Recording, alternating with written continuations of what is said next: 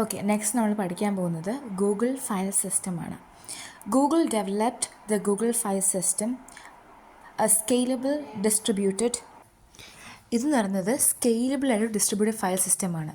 അതായത് ഇത് നമുക്ക് ഇൻക്രീസ് ചെയ്യാൻ പറ്റും റിക്വയർമെൻറ്റ്സ് അനുസരിച്ച്. ഓക്കെ, ഇത് എന്തുകൊണ്ട് ഡെവലപ്പ് ചെയ്തെന്ന് വെച്ചാൽ ഗൂഗിൾ നമുക്കറിയാം ഒരു വലിയ കമ്പനിയാണ്. സോ ഇതിന് വലിയതായിട്ടുള്ള ഡേറ്റാസ്, വലിയ രീതിയിൽ ഡേറ്റാസ് സ്റ്റോർ ചെയ്യേണ്ട ആവശ്യമുണ്ട്. So for that they have created this Google file system. So it stores large data sets across thousands of machines. ഈ ലാർജ് ഡേറ്റാ സെറ്റ്സ് ഒക്കെ thousands of മെഷീൻസിലേക്കാണ് സ്റ്റോർ ചെയ്യുന്നത്. Okay, it stores the large data sets across the thousands of machines. Okay, GFS offers fault tolerance, dependability, scalability, availability and performance to big networks and connected nodes. അതായത് GFS Google file system offer ചെയ്യുന്നത് fault tolerance. നമുക്ക് fault tolerance പറ്റത്തില്ല, scalability വേണം, fault tolerance വേണം, scalability വേണം, availability വേണം. എന്നാലല്ലേ ആ ഗൂഗിളിന് തന്നെ ഇത്രയും ആൾക്കാർ ഡേറ്റ സേഫായിട്ട് വെക്കാൻ പറ്റത്തുള്ളൂ. അവൈലബിൾ ആയിരിക്കണം, സ്കെയിലബിൾ ആയിരിക്കണം. പിന്നെ പെർഫോമൻസ് ടു ബിഗ് നെറ്റ്വർക്ക്സ്, നല്ല പെർഫോമൻസ് വേണം. കാരണം അവിടെ ബിഗ് നെറ്റ്വർക്ക്സ് ഒക്കെയാണ് നമ്മൾ യൂസ് ചെയ്യുന്നത്. സോ ഇതൊക്കെ ആവശ്യമാണ് for a Google file system. പിന്നെ തന്നെ ഗൂഗിൾ ഫയൽ സിസ്റ്റം ഈ റെഡ്യൂസ് ചെയ്യും ഹാർഡ്വെയർ ഫെയിലിയേഴ്സ്. അതെങ്ങനെ റെഡ്യൂസ് ചെയ്യുന്നത് വെച്ചാൽ അവർ സാധാരണയായ കൊമേഴ്ഷ്യലി അവൈലബിൾ ആയിട്ടുള്ള സെർവേഴ്സ് വെച്ചിട്ട് തന്നെ അവർ ഈ ഹാർഡ്വെയർ മിസ്റ്റേക്സ് റെഡ്യൂസ് ചെയ്യും. It manages 2 types of data. എന്തൊക്കെയാണ്?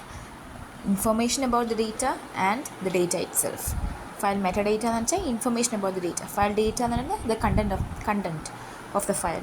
അത് രണ്ടിനെയും അവർ മാനേജ് ചെയ്യും. സോ എന്താണ് പഠിച്ചത്? Google developed Google file system which is a scalable distributed file system to meet the company's requirement. അല്ലേ? ഓക്കെ, അടുത്ത് നോക്കാം. Large 64 MB pieces of stored data split up and replicate at least 3 times around the network.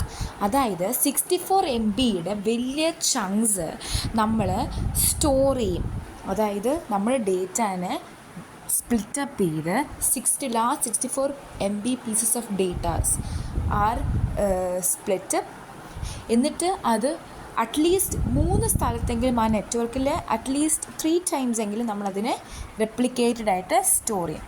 അപ്പം large 64 MB chunks are split up and those chunks are stored on the network at least 3 times. Okay. Reduce network overhead results from the greater chunk size. അതായത് നമ്മുടെ ചങ്ക് size തന്നെ 64 MB ആണ് ഞാൻ പറഞ്ഞു.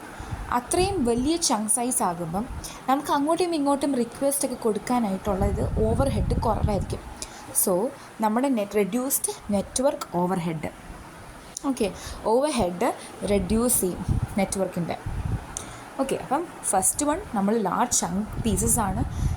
Large chunk pieces ആയിട്ട് ചെയ്യുന്നത് കൊണ്ട് നമുക്ക് എന്താണ്? റെഡ്യൂസ്ഡ് നെറ്റ്വർക്ക് ഓവർ ഹെഡാണ്. Without hindering application, GFS is made to meet Google's huge cluster requirements. ഈ ആപ്ലിക്കേഷൻസിനൊന്നും, അതായത് ആപ്ലിക്കേഷൻസ് നല്ല രീതിയിൽ നടക്കും.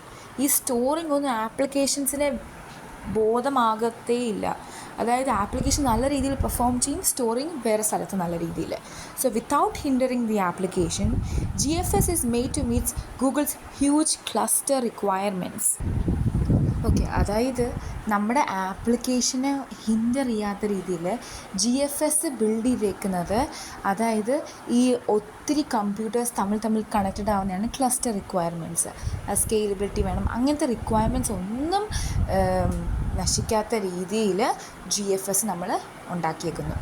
സോ ഇവിടെ ഒരു ട്രഡീഷണൽ സിസ്റ്റത്തിനെ പോലെ തന്നെ hierarchical directories with path names are use to store files. ഇവിടെ ഫയൽസ് സ്റ്റോർ ചെയ്യാനായിട്ട് ഹൈറാർക്കിക്കൽ ഡയറക്ടറീസ് ആയിരിക്കും വിത്ത് പാത്ത് നെയിംസ്.